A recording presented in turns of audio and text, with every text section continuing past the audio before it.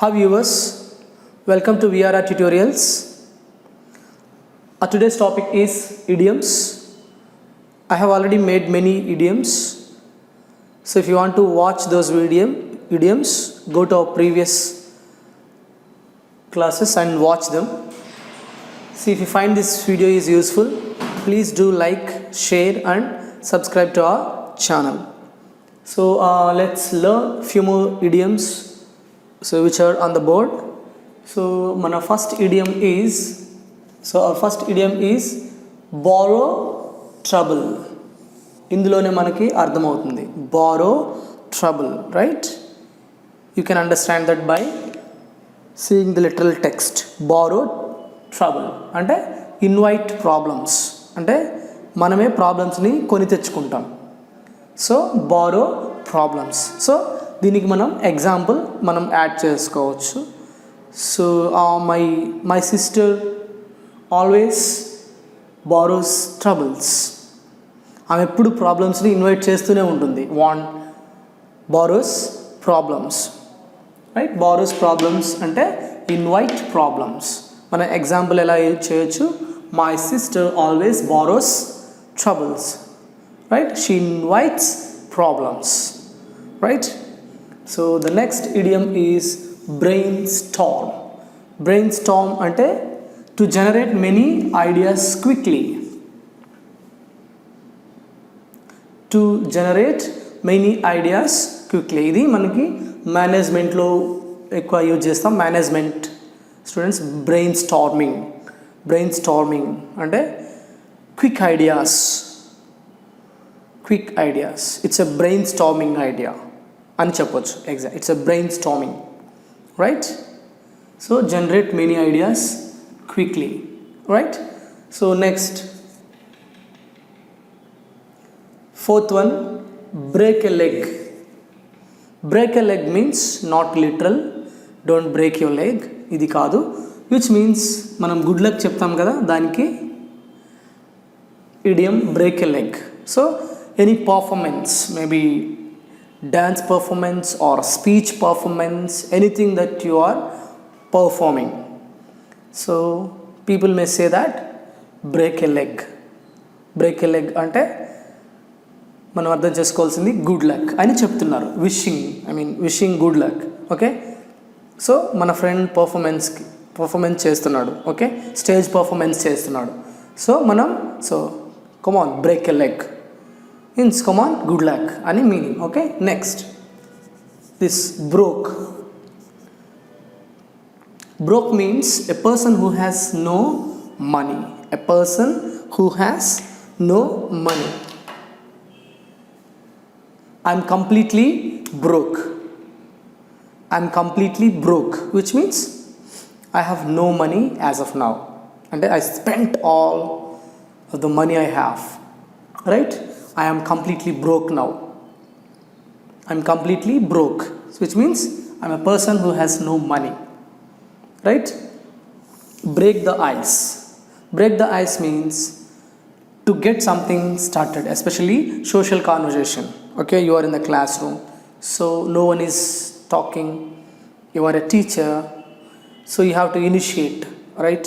So breaking the ice. Break the ice. దాన్ని ice breaking అంటారు. అంటే ఇనిషియేట్ చేయడం, ఒక కాన్వర్జేషన్ని కానీ క్లాస్లో కానీ సోషల్ గ్రూప్లో కానీ ఇనిషియేట్ చేయడం. So break the ice. So it was very silent, the room was very silent. So I broke the ice, right? I broke the silence, right? So the next idiom is break the bank. Break the bank means no income sources or no financial resources. Now I broke the bank. ఇప్పుడు నా దగ్గర financial sources ఏమీ లేవు. So your friend actually called you. మీ friend మిమ్మల్ని call చేశాడు.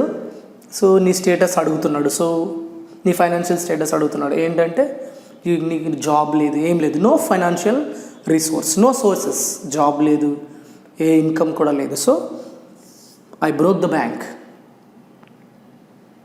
అంటే రియల్గా నువ్వు బ్యాంక్ రాబరీ అలా చేయవు, but which means idiomatic means no income sources. Break the bank, right? no income sources. Next, burn the candle at both ends. Burn the candle at the both ends means work too hard. చాలా ఎక్కువ కష్టపడ్డాం.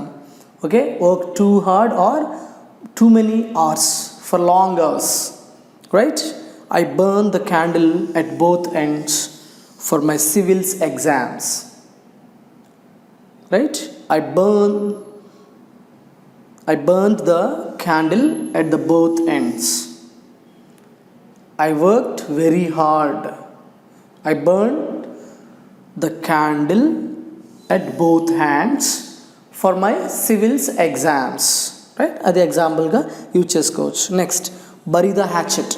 Bury the hatchet అంటే make peace, especially friends maybe గొడవలు అయ్యి విడిపోతారు. So ఇక్కడ ఏమవుతుంది, bury the hatchet.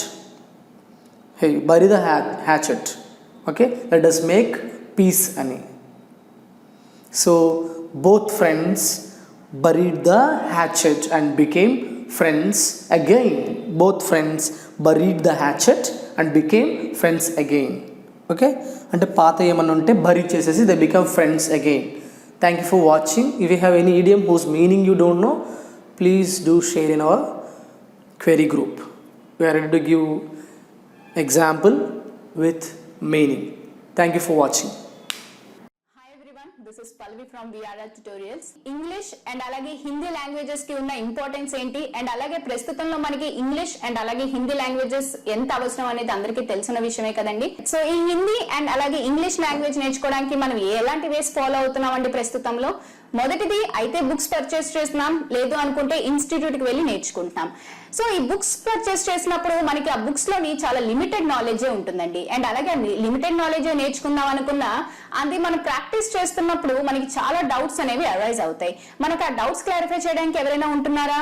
లేదు. సో ఇలా డౌట్స్ క్లారిఫై చేయడానికి ఎవరు లేకపోవడం వల్ల మన ప్రాక్టీస్ అనేది మధ్యలోనే ఆగిపోవడంతో మనం ఇన్స్టిట్యూట్ ని చూస్ చేసుకుంటున్నాం. సో ఇన్స్టిట్యూట్ కి వెళ్ళి నేర్చుకోవడం వల్ల మనకు వచ్చే డిసడ్వాంటేజెస్ ఏంటి అంటే, మనకి ఇన్స్టిట్యూట్ అనేది మన రెసిడెన్స్ దగ్గరలో ఉండొచ్చు, లేదంటే దూరంలో ఉండొచ్చు. సో దూరంలో మనకి ఇన్స్టిట్యూట్ కనుక ఉన్నట్లయితే మనకి ట్రావెలింగ్ టైం అనేది చాలా వేస్ట్ అవుతుందండి. ఆల్మోస్ట్ 1 hour మనం ఈ ట్రావెలింగ్ కి స్పెండ్ చేయాల్సి ఉంటుంది. సో ఇలా మనం ట్రావెలింగ్ చేసుకుని వెళ్ళి వచ్చేసరికి మనకి సగం టైం అయిపోతుంది.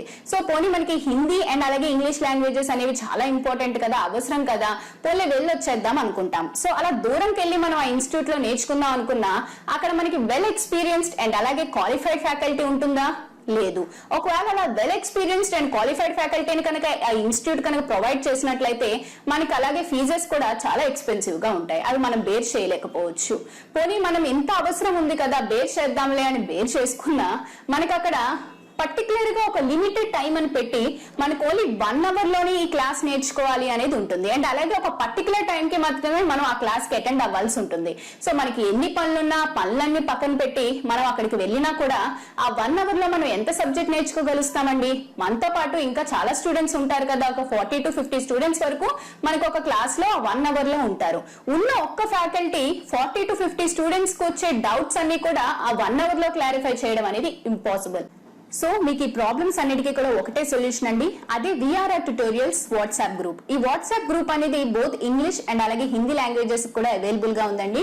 సో మీకు ఈ వాట్సాప్ గ్రూప్ వల్ల వచ్చే అడ్వాంటేజెస్ అండ్ బెనిఫిట్స్ ఏంటి అంటారా? అవేంటో నేను చెప్తానండి. ముందుగా మీకు ఇన్స్టిట్యూట్ కి ఎక్కడికైనా వెళ్ళి నేర్చుకోవాలి అంటే మీకు ఆ ట్రావెలింగ్ టైం ఏదైతే ఉందో అది మీకు వేస్ట్ అయినట్లే కదండి. ఇక్కడ మీకు ఆ ప్రాబ్లం ఉండదు. మీరు ప్రపంచంలో ఎక్కడున్నా సరే మీతో పాటు మీ మొబైల్ ఉంటే మీరు క్లాస్ రూమ్ లో ఉన్నట్లేనండి. అండ్ మీకు ఇక్కడ క్వాలిఫైడ్ అండ్ వెల్ ఎక్స్పీరియన్స్డ్ ఫ్యాకల్టీని ప్రొవైడ్ చేయడం జరుగుతుంది. అండ్ అలాగే మీకు వెల్ ఎక్స్పీరియన్స్డ్ అండ్ క్వాలిఫైడ్ ఫ్యాకల్టీని ప్రొవైడ్ చేస్తూ కూడా మీకు చాలా తక్కువ ఫీజే ఛార్జ్ చేయడం జరుగుతుందండి. అంటే ఇక్కడ మీకు టైం అలాగే మనీ సేవ్ అవుతుంది. అలాగే మీకు బెస్ట్ నాలెడ్జ్ అనేది వెల్ ఎక్స్పీరియన్స్డ్ అండ్ క్వాలిఫైడ్ ఫ్యాకల్టీతో జరుగుతుంది. అండ్ మీకు డైలీ ఈ వాట్సాప్ గ్రూప్స్ లోని క్లాసెస్ అనేవి అప్లోడ్ అవుతూ ఉంటాయండి. అండ్ మీకు డే మొత్తం మీద 12 hours మీకు ఫ్యాకల్టీ అవైలబుల్ గా ఉంటారు. సో మీరు 12 hours కూడా ప్రాక్టీస్ చేసుకుని మీరు ఈ 12 hours లో ఎప్పుడైనా కూడా డౌట్స్ అనేవి పోస్ట్ చేయొచ్చు, క్లారిఫై చేయడం జరుగుతుంది. అండ్ ఇక్కడ మీకు ఇంకో అడ్వాంటేజ్ ఏంటి అన్నట్లయితే మీకొకరికే వచ్చే డౌట్స్ కాకుండా మీతో పాటు ఆ గ్రూప్ లో ఉన్న స్టూడెంట్స్ కి ఆ క్లాసెస్ మీద వచ్చే డౌట్స్ కూడా మీకు మ్యామ్ అండ్ అలాగే సార్ క్లారిఫై చేస్తారు. కాబట్టి ఆ డౌట్స్ ని కూడా మీరు క్లారిఫై ఐడెంటిఫై చేసుకుని నోట్ చేసుకోవచ్చు.